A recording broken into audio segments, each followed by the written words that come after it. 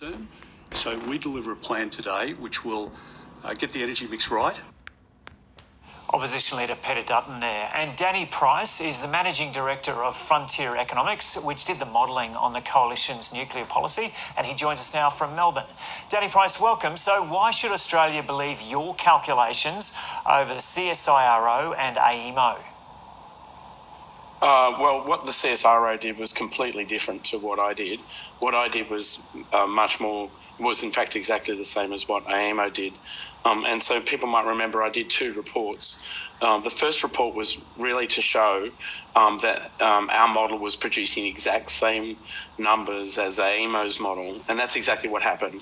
And so the meaning of that is that the model is reliably replicating AEMO, and so then all I did was change one thing in that model, and that is introduce nuclear from 2036 onwards in accordance with the Coalition's policy, and then reran the model, exact same assumptions for everything else, and then just looked at the costs, and the costs under any scenario that you want to compare. And AEMO have two main ones, one which is called step change, and that refers to a world where there's a great deal of electrification in fact almost full electrification for households, transport and industry. And so there's a very rapid rise in electricity demand.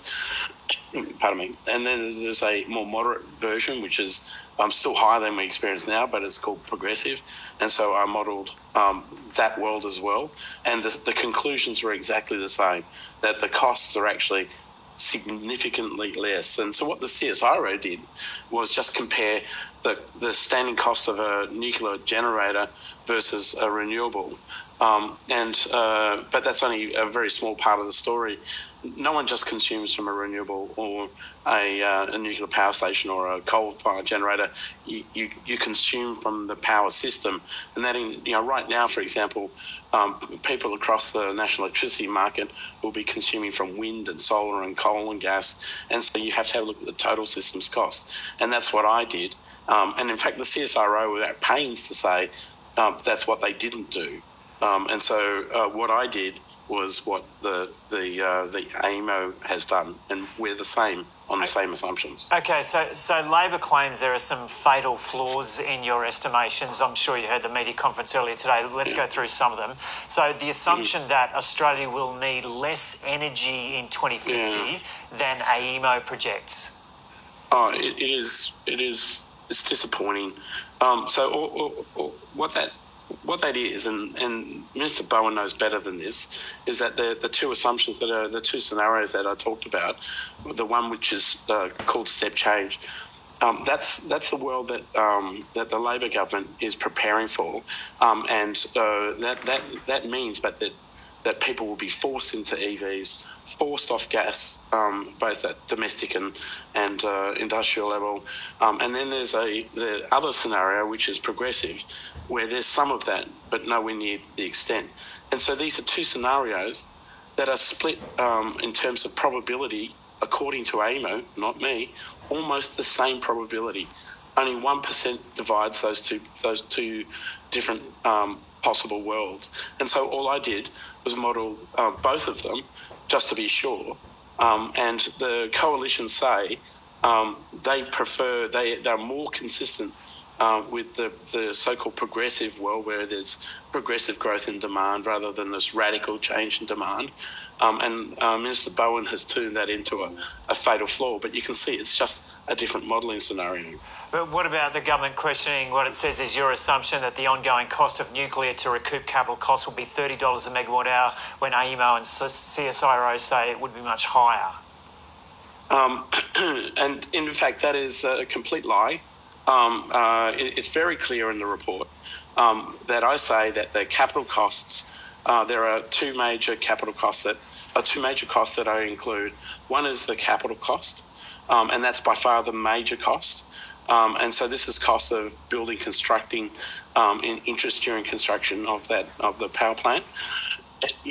And I have made an assumption based upon a review of all 650 generators that I could get data from around the world from 50s onwards, that this would be about $10,000 a kilowatt, and that is more than has been assumed by the CSRO, by the way. So I'm being extra cautious, and then I say, in addition to that, there are all of these operating costs. There are things like fuel costs and variable operating and fixed operating maintenance costs. The $30 covers that, and that's very generous. So it's completely specious to say that I say it's $30 and CSIRO says something else. That's a made-up problem. Yeah. Okay, and the third issue that the government raised that they describe as a fatal flaw is the assumption that the nuclear option would have significantly lower transmission costs. Yeah, it's very hard to see the logic of that, isn't it? Because if you put 13,000 megawatts of nuclear power stations where there's existing network and it produces 38% of the power, that somehow that there's no saving in transmission costs. It makes no sense whatsoever. In fact, I do accommodate about a 63% increase in the current asset bases of the transmission companies, including nuclear. So even when there's nuclear, there's a rapid increase, 60% increase over their current their current asset bases. That means that costs for those networks would have to go up. What Bowen was really saying is they prefer it to be higher. Go figure. Yeah.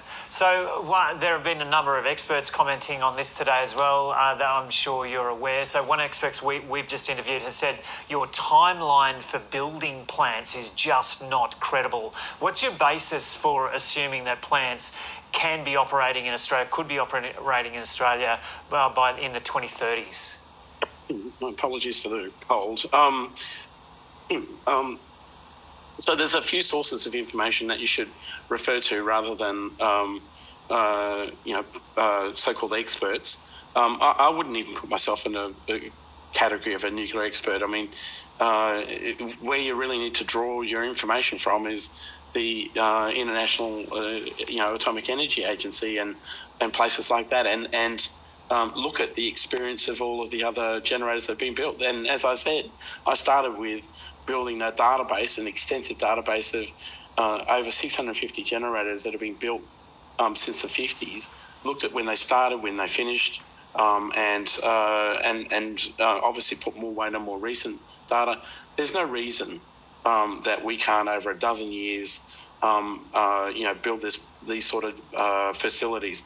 And you can see Australia's capability.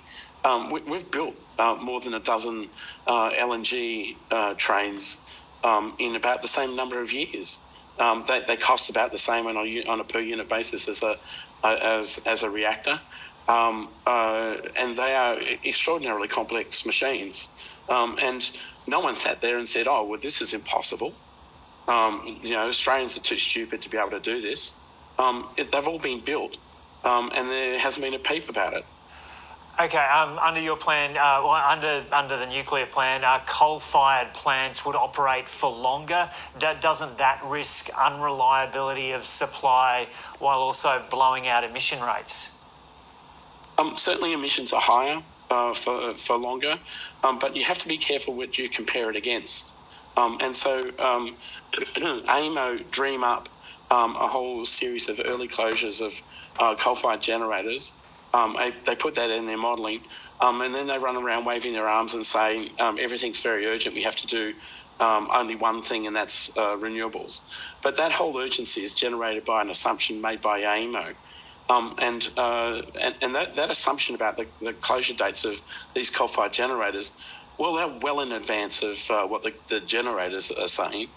You'd think you'd have regard to the owners of the plant rather than a bunch of people sitting in AEMO's offices dreaming up problems. And so what, as compared to what the generators are saying, in some years we're earlier, especially the early part of the series, and the later part of the series we're earlier than even what the generators say, and in the middle part of the series we're later. In terms of providing costs, to meet that extension. We certainly provide for the fixed and operating maintenance costs and variable operating maintenance costs, so these generators can continue operating, and they're fueled, they're maintained. Closure dates of coal-fired generators is an economic concept. It's you can keep a coal-fired generator running as long as you want. They're the ultimate in grandfather's axes. You can keep keep them going if you want to. It's just a matter of the returns from doing that. So it's not a stretch to change the date of the closure of these plants. And in fact, only just this week, the energy ministers of the national electricity market jurisdictions have approved a national regime for extending the life of coal plant. And another energy expert we've spoken to today, and you've already made it clear you don't necessarily have respect for them, but we've said you can point to the positive possibilities with nuclear, but it's such early days with this, it would be, and in his words, quite reckless to imagine that we could make a decision right now with the lack of knowledge that we have on it. Yeah, that sounds like the language of Bruce Mountain. So, what a bold statement. So what we should do is sit there quivering, not making decisions. You don't have to commit to, 27 years of planting for, $330 billion right now. What you need to do is commit to a policy to start the process. And what you should do, and what all good policies should do, is adjust policy through time as you get superior information and as the relative technology cost changes. So you don't sit there and go, it's impossible to imagine what the future looks like, therefore we won't do anything. What you need to do is extend the range of options rather than just looking at renewables and storages. If you want to look into the future, trying to run a modern economy on just two technologies, it's never been done, won't work, and is hideously expensive. We know all of that. Based upon Bruce Mountain's approach, you shouldn't even do that. So what's the answer? Do nothing. And so, his analysis, I guess, is to size everything up and make the best possible decision with the information we've got at the moment, progressively over the years. But yeah, you're convinced that Australia will eventually end up adopting nuclear? 100%. If not now, in the future. There's literally no doubt about that. Every other major OECD country already has nuclear, and if they have it, they're expanding it. There's obviously examples where people love to point to where it's going the other way, but in general, there's been a renaissance of nuclear power, and we're going to be left behind. Yeah. Okay, Danny Price, thanks so much for talking to us from Melbourne. No problems. Thanks very much, and apologies about the coffee. Okay. The federal government has responded to the national ADR